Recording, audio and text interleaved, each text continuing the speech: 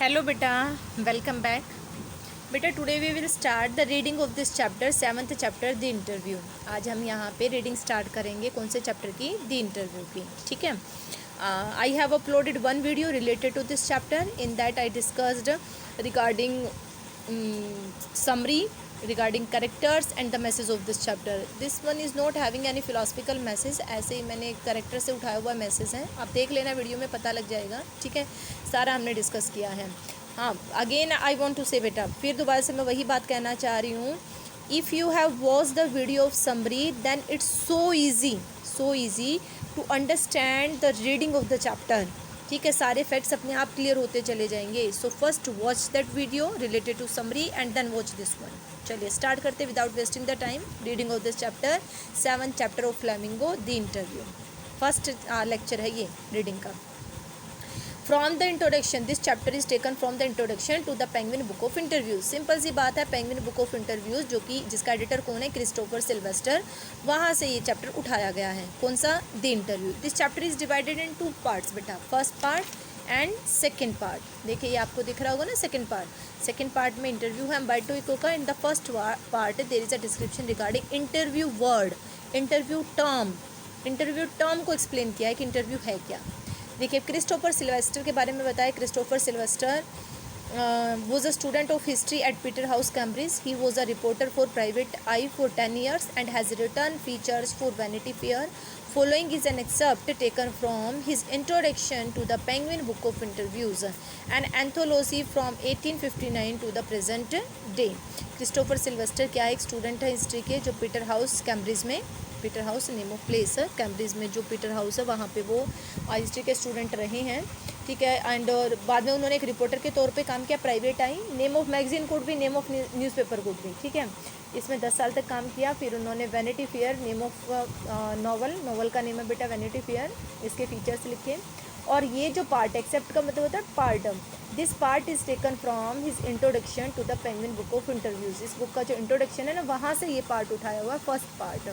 And this is an anthology from 1859 to the present day. Anthology, यहाँ पे ये book है ना, जो book Penguin book of interviews, this is a collection of published writings, published poems and prose writing, जितनी भी writings publish हुई हैं उन सब का कलेक्शन, उसे बोलते हैं एंथोलॉजी। कि 1859 से प्रेजेंट डे तक कौन सी बुक पब्लिश हुई है, ये सारा डिस्क्रिप्शन किस में है, पेंगुइन बुक ऑफ इंटरव्यूज़ में। क्लियर, चलिए अब स्टार्ट कीजिए। सिंस इट्स इन्वेंशन, यहाँ पे इट कौन है, इंटरव्यू। पूरा आर्टिकल किसके रिगार्डिंग है, इंटरव्यू टर्म के रिगार्डिंग। ठीक है, since it's invention a little over 130 years ago the interview has become a common place of journalism. It means that interview was invented 130 years ago. ठीक है, कब invent हुआ, 130 साल पहले। And now from that time up to now it has become a common place, very important, you can say important place in journalism में इसका place बहुत important हो चुका है। टुडे ऑलमोस्ट एवरीबडी, आज लगभग सभी, हु इज़ लिटरेट, जो पढ़ा लिखा है, लिटरेट का मतलब होता है बेटा educated person, will have read an interview at some point in their lives. ठीक है, अपनी लाइफ में कहीं ना कहीं उन्होंने इंटरव्यू को जरूर पढ़ा होगा। While from the other point of view, several thousand celebrities have been interviewed over the years and some of them repeatedly. दूसरे पॉइंट ऑफ व्यू से देखें तो कुछ ने तो देखो पढ़ा होगा, और दूसरे पॉइंट ऑफ व्यू से बहुत हज़ारों में ऐसे सेलिब्रिटीज़ होंगे जिन्होंने जो है इन सालों के दौरान, इन हज़ारों सालों के या सैकड़ों सालों के दौरान बार बार इंटरव्यू दिया होगा। मतलब इंटरव्यू दिया होगा और कुछ ने तो बार बार दिया होगा, इतने फेमस हो गए कि बार बार दिया होगा। ठीक है, सिंपल है यहाँ तक भाई। 130 years एगो ये जो है इन्वेंट हुआ और तब से अब तक बहुत इंपॉर्टेंट बन चुका है। आज हर कोई इसके बारे में जानता है, हर किसी ने, या तो किसी ने पढ़ा होगा या किसी ने दिया होगा इंटरव्यू, या तो किसी का इंटरव्यू पढ़ा होगा या किसी ने इंटरव्यू दिया होगा। चलिए, so it is hardly surprising that opinion of the interview of its functions, methods and merits very considerably. तो इसलिए ये बिल्कुल भी सरप्राइजिंग नहीं है कि जो इंटरव्यू के रिगार्डिंग जो ओपिनियन हैं, ठीक है, जो थिंकिंग्स हैं और जो इसके फंक्शंस हैं, मेथड्स हैं, मेरिट्स हैं, ठीक है, फंक्शंस, मेथड्स और मेरिट्स, भाई ये क्या क्या काम करता है, क्या इसका तरीका है, क्या इसके बेनिफिट्स हैं, वराई कंसिडरेबली, वराई डिफरेंट, कंसिडरेबली, सिग्निफिकेंटली, अलग अलग तरीके से इम्पोर्टेंट हैं। ठीक है। अभी फंक्शंस का अपनी इंपॉर्टेंस है, मेथड्स की अपनी इंपॉर्टेंस है और मेरिट्स की अपनी इंपॉर्टेंस है। तो मतलब ये सरप्राइजिंग नहीं होगा कि इसके फंक्शंस और मेथड्स मेरिट्स सब क्या हैं, बहुत इंपॉर्टेंट है। Some might make quite extravagant claims for it as being in its highest form a source of truth and in its practice and an art. कुछ तो ऐसे हैं, some might make quite extravagant, extravagant का मतलब होता है बेटा extraordinary, कुछ तो ऐसे जो इस पर extraordinary claim करते हैं for it as being, इसको एज क्या बोलते हैं, highest form, they consider it highest form, they consider it a source of truth, सच्चाई का साधन माध्यम मानते हैं, and they also consider it practice and an art, practice और क्या समझते हैं, आर्ट समझते हैं। ठीक है, इसके लिए प्रैक्टिस की ज़रूरत है, ये एक कला है, हाईएस्ट फॉर्म है। कहते हैं ना भाई एक्स्ट्रा एग्जेगरेट कर रहे हैं, भाई इंपॉर्टेंट तो है लेकिन कुछ तो इसको एक्स्ट्रा वेगेंट, एक्स्ट्रा ऑर्डिनरी इंपॉर्टेंस इसकी दिखाते हैं अदर्स, जबकि दूसरे कुछ इंपॉर्टेंस दिखाएंगे तो कुछ नेगेटिव भी जरूर बोलेंगे, ये तो ना हर एक उसके पॉजिटिव और नेगेटिव दोनों साइड हैं। जबकि दूसरे यूजुअली सेलिब्रिटीज़, और मेनली जो नेगेटिव बोलने वाले होते हैं वो कौन होते हैं, सेलिब्रिटीज़ होते हैं। ठीक है, usually celebrities who see themselves as its victims, जो कि अपने आप को इसका शिकार मानते हैं, किसका शिकार मानते हैं, इंटरव्यू का। ठीक है, might despise the interview as an unwarranted intrusion into their lives। 3 बातें आएंगी शायद यहाँ पे, हाँ 3 आएंगी, पहले आ चुकी हैं। हालांकि जो दूसरे यूजुअली जो सेलिब्रिटीज़ हैं अपने आप को इसका शिकार मानते हैं जो लोग, वो इसे डिसलाइक करते हैं। डिस्पाइज का मीनिंग होता है बेटा dislike, might dislike the interview, interview को डिसलाइक करते हैं। Why, because they consider it an unwarranted intrusion. ठीक है, अनवारंटेड का मतलब होता है without warrant, without permission. Intrusion का मतलब होता है बेटा एंट्री। ठीक है, तो they consider it someone entered into their lives without entry.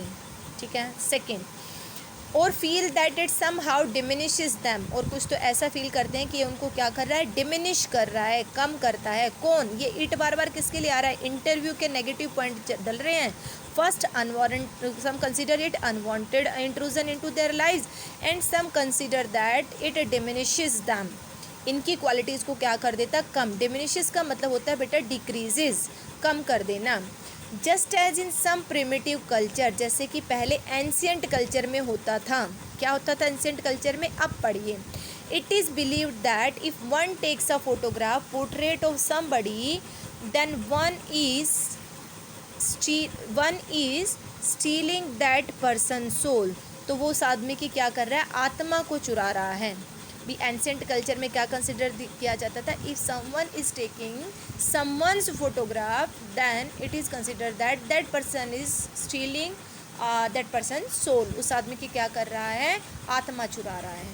ठीक है, देखिए 4 लाइन में डिस्क्रिप्शन हो सकता है। पहला, 130 years ago it was invented and now at present it's very important in journalism and now every literate person knows about it and some have read out the interview and some have given the interview। ठीक है, and so it is no surprising fact that everybody is familiar with its functions, methods and merits and these are significant at a different levels।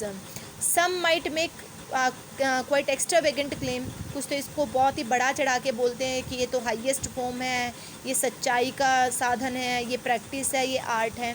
जबकि दूसरे जिसमें कि negative बोलने वाले में कौन है, सेलिब्रिटीज़ हैं।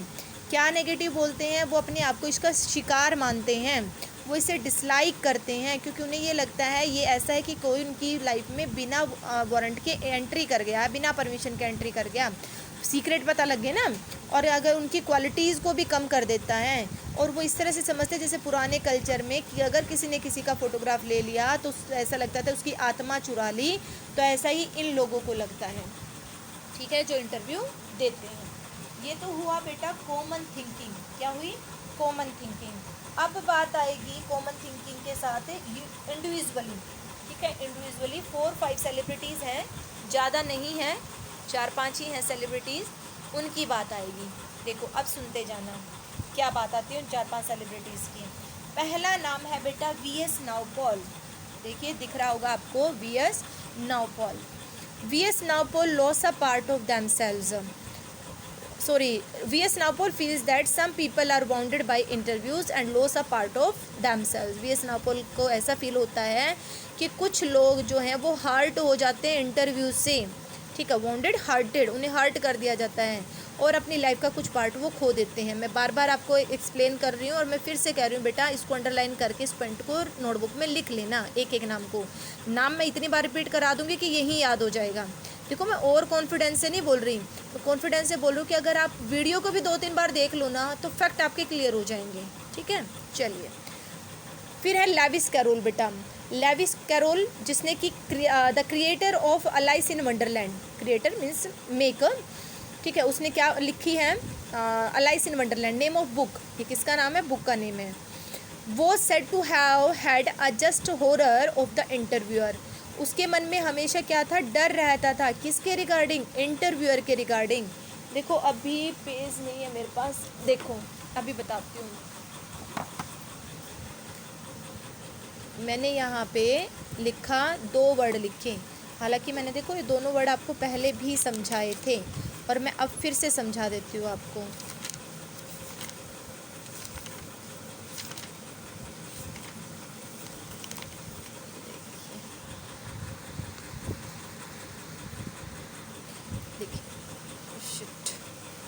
यहाँ पे देखो मैंने एक वर्ड लिखा बेटा interview, interviewer, sorry interviewer, interview से ही तो निकला इंटरव्यूअर।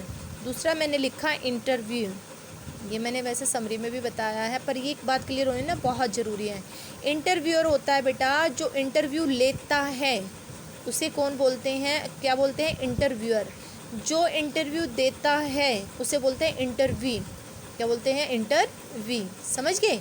तो ये वो क्या कहता है, उसके मन में हॉरर किसके लिए था, अगर हम देखें तो उसके मन में हॉरर था इंटरव्यूअर के रिगार्डिंग, ठीक है।